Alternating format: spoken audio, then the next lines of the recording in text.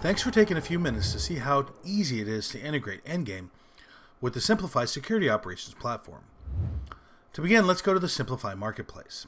Here you can see all the product integrations that are currently available. To make use of the Endgame integration, I simply search for Endgame and I download the integration package. Once downloaded, I can make use of it to stream threats directly into Simplify, as well as incorporate Endgame into any playbook. Before we do that, let's take a closer look at the integration itself. While I know not all SOCs have programmers or coders on staff, if you do, you'll like the fact that Simplify includes an IDE that allows you to customize our default integrations as well as create your own. So let's take a look at that right now. So the visibility into the integration enables you to see exactly how we're interacting with the Endgame. If you'd like to add additional actions to the Endgame integration, no problem. Click the plus sign, select Action and the Endgame integration, and you're ready to go to create your own custom integration actions. Now let's get back to the playbooks. A good example playbook is malware, because that is a very common investigation that SOCs face daily.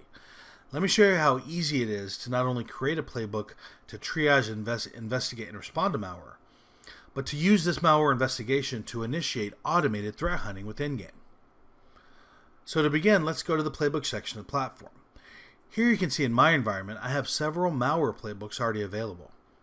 In fact, when you buy Simplify, you get access to over 80 playbook templates that you can use to kickstart your own playbooks. Since I have some playbooks available, I'm going to go ahead and copy an existing malware playbook and make some modifications to incorporate Endgame. To duplicate a playbook, I simply select the playbook and click the duplicate button. Now all I have to do is change the name, and I'm ready to make any changes I need. The first thing I'm going to do is add some enrichment steps after the initial playbook trigger.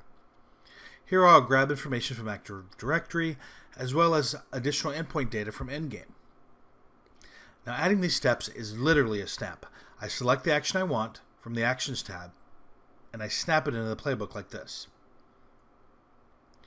So the playbook I copied already had an action to submit the suspicious file to VirusTotal, so I'm going to leave that there. So with that information, that's going to wrap up what I'll call the triage phase of the playbook. Now we want the playbook to make a Tier 1 decision using this triage information. To do that, we're going to insert a condition here.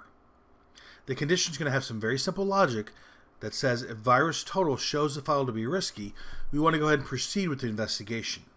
If it's found not to be risky, we're going to close it out as a false positive. Of course, in real life, you might want to take some other steps there, but just for simplicity's sake, we're going to leave that as a false positive in our example. Moving forward in the investigation, I want to go ahead and interact with Endgame again here to initiate that automated threat hunt. I'll snap in the hunt file action here, indicating to Endgame that I wanted to search across the endpoints looking for other instances of this piece of malware. Now I could have also added additional hash values that were found in VirusTotal if I wanted. That's super simple as well. The point here, this playbook should model whatever process you want to follow and what your team wants to follow. And it's very simple, and all the steps are completely up to you. In our example here, since we've broadened the scope of the investigation now to include this automated threat hunting, we're at a point where we want to provide to the analyst the ability to initiate the final response. So I'm going to add in here a multi-choice decision step. And it's going to be very basic. It's going to say to the analyst, do they want to proceed, yes or no? If they say yes, we're going to automate the responses by inserting actions that will block any associated URLs of the firewall. We're going to go ahead and send emails to the impacted users, and as well as create a ticket in our ticketing system, which in this example, let's say it's ServiceNow, that's going to let IT know that these endpoints need to be re-imaged. And that's going to include any of the additional endpoints we found during our automated threat hunt. And it's really as simple as that. We can automate the entire response process. At this point, we're ready to close out the playbook and push it into production for use.